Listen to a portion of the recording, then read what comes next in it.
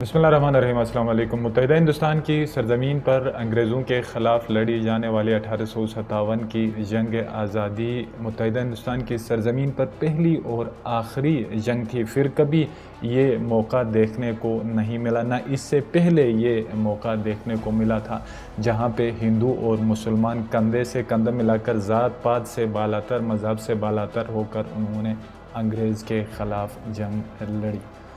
हिंदुस्तानी writer Savarkar अपनी किताब 1857 की जंग आज़ादी में लिखते हैं कि ये पहला मौका था कि मुसलमान मुजाहिदीन हिंदू मंदिरों की हिफाजत कर रहे थे और हिंदू मुसलमानों के इमाम मसाजिद के साथ मिलकर अंग्रेज़ों के साथ जंग लड़ रहे थे। और ये भी आपको बताते चलें, इस हिंदुस्तानी राइटर के मुताबिक ये दुनिया की एक ऐसी अनोखी जंग थी जिसमें उलमा, पंडित, सिपाही और ख़वातीन तक शामिल थीं।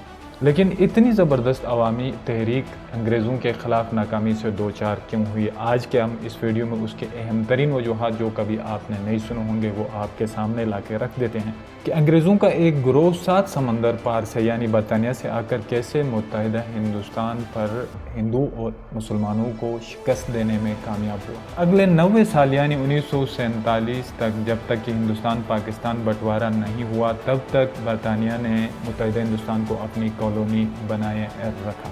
आज की इस वीडियो में हक़ाइक़ पर मबनी कहानी सुनिए। 1857 की जंग आज़ादी में मुत्तहिदा हिंदुस्तान के लोगों यानी मुसलमानों और हिंदुओं की अंग्रेज़ों के ख़िलाफ़ सबसे बड़ी कमज़ोरी लैक ऑफ लीडरशिप थी। आप किसी भी मुल्क के ख़िलाफ़ लड़ते हैं या किसी गोरिल्ला वॉरफेयर होती है या कन्वेंशनल वॉर होती है या कोई रेजिस्टेंस फोर्स, इवन कि रेगुलर आर्मी के पास भी अगर command and control system proper नहीं हो और मुख्तलिफ़ जगहों से, मुख्तलिफ़ पोजीशन से जो आप दुश्मन के ख़िलाफ़ लड़ रहे होते हैं, जब तक आप एक कमांड को आंसरेबल नहीं हो तो आपकी शिकस्त लाजमी हो जाती है।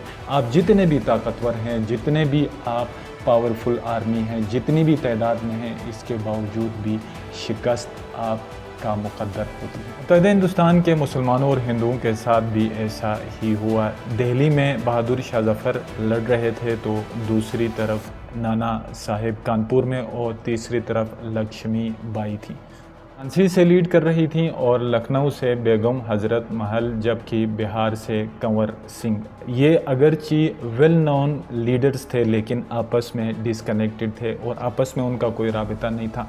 सबकी ये पांचों जो फिगर्स थे इनकी अपनी अपनी स्ट्रेटजीज थी और अपनी अपनी प्रायोरिटीज़। जबकि अंग्रेज़ों को देखें तो वो एक ही कमांड तले लड़ रहे थे, तो जाहिर है अंग्रेज़ ने जीतना था। दूसरी सबसे बड़ी गलती हिंदू और मुसलमानों के अंग्रेज़ों के ख़िलाफ़ ज़ीरो प्लानिंग थी। बगावत का आगाज़ किसी इरादे के बग़ैर, किसी प्लानिंग के बग़ैर अचानक से हुआ। ये बिल्कुल ऐसे ही है कि आप सरकार के ख़िलाफ़ किसी इशू पर प्रोटेस्ट करने के लिए निकलते हैं और अचानक वो ग्रोह प्राइम मिनिस्टर हाउस पर धावा बोल देता है। ज़ाहिर है आपकी प्लानिंग उस तरह की नहीं होती, आप तो सिर्फ प्रोटेस्ट के लिए निकले थे। बिल्कुल ऐसे ही 1857 की जंग आज़ादी में हुआ। ज़ाहिर है इसमें फिर पिटना था, मरना था, ज़ख्मी होना था और ऐसे मुसलमानों के साथ हुआ। असल मनसूबबंदी जून में तहरीक शुरू करने की थी, लेकिन मेरठ के सिपाहियों ने मई में ही अपने बगावत का आगाज़ किया। अचानक शुरू करने की वजह से मुसलमान और हिंदुओं की कोई स्ट्रेटजी नहीं थी, कोई प्लानिंग नहीं थी, कोई कम्युनिकेशन नहीं थी, कोई फूड का सिलसिला नहीं था, कोई बैग से लॉजिस्टिक का सिलसिला नहीं था।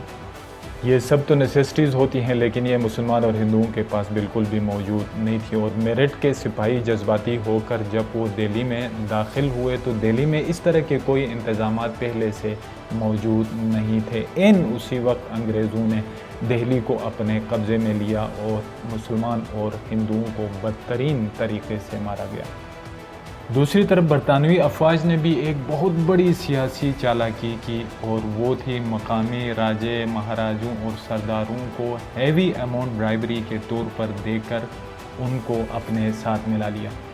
फिर सितम बालाए सितम ये हुआ कि कुछ जो इन्फ्लुएंशियल लोग थे मुत्तहिदा हिंदुस्तान के मुसलमानों और हिंदुओं में, वो डर और खौफ के मारे न्यूट्रल रहे।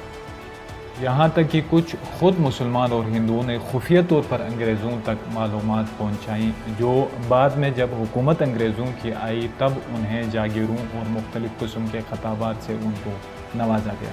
मुसलमानों और हिंदुओं की चौथी बड़ी कमज़ोरी इलाक़ाई और मजहबी इख्तिलाफ़ात हैं।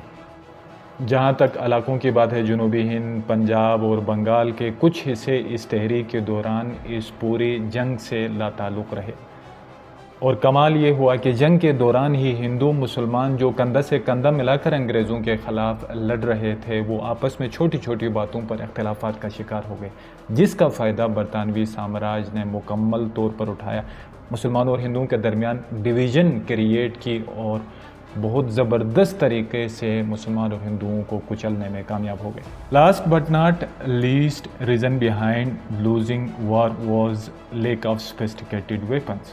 انگریز توپ، گولہ بارود اور ماڈرن اسلحے کے ساتھ لیس، جبکہ ہندو اور مسلمانوں کے پاس مچان کے بندوق تھے، پدی کیا تو پدی کا شوربہ کیا والی بات تھی۔ ایک اور زبردست ایج حاصل تھا انگریزوں کو، ناٹ فار انڈینز، وہ ان انٹرپٹڈ سمندر سے اسلحے کا سپلائی انگریزوں کے لیے، برطانوی سامراج کے لیے، لیکن ہندوستان کے لیے کوئی اس طرح کی صورتحال نہیں تھی، اور اتنے سوفسٹیکیٹڈ ویپنز تھے، شہر کے شہر اور قلعے خاک میں ملا دیے، یہاں تک کہ دہلی اور لکھنؤ کے مضبوط فصیلیں بھی انہی توپوں کے ذریعے انہوں نے توڑ ڈالی تھی۔ جاؤ کے پاس لیڈر، ٹیکنالوجی، یونٹی، پلاننگ نہ ہو اور خالی ہاتھ ہوں اور آپ 10 لاکھ بھی ہوں تو ایک توپ کی مار ہیں، پھر تمہاری داستان تک نہ ہوگی داستانوں میں۔ انگریزوں نے بھی بالکل ایسے ہی کیا۔ بالآخر ہندو اور مسلمان انگریزوں کے خلاف 1857 کی جنگ آزادی ہار گئے اور متحدہ ہندوستان میں برطانوی سامراج اپنی کالونی بنانے میں کامیاب ہوا۔ آپ کی تعلیم، معیشت، سیاست، تہذیب کو انہوں نے رون ڈالا اور اپنی تہذیب، ثقافت اور ایجوکیشن لے آئے۔ آج بھی دنیا کے مختلف ممالک کے درمیان جنگیں جاری ہیں، البتہ ڈیجیٹل وارز آ گئی ہیں، طریقہ کار جنگوں کا تبدیل ہوا ہے۔ آپ کے خیال میں ماڈرن وار فیئرز میں، یعنی آج کی دنیا کے جنگوں میں، سب سے مؤثر ہتھیار کون سا ہے؟ کمنٹ کر کے بتائیے۔ آپ کا بہت شکریہ۔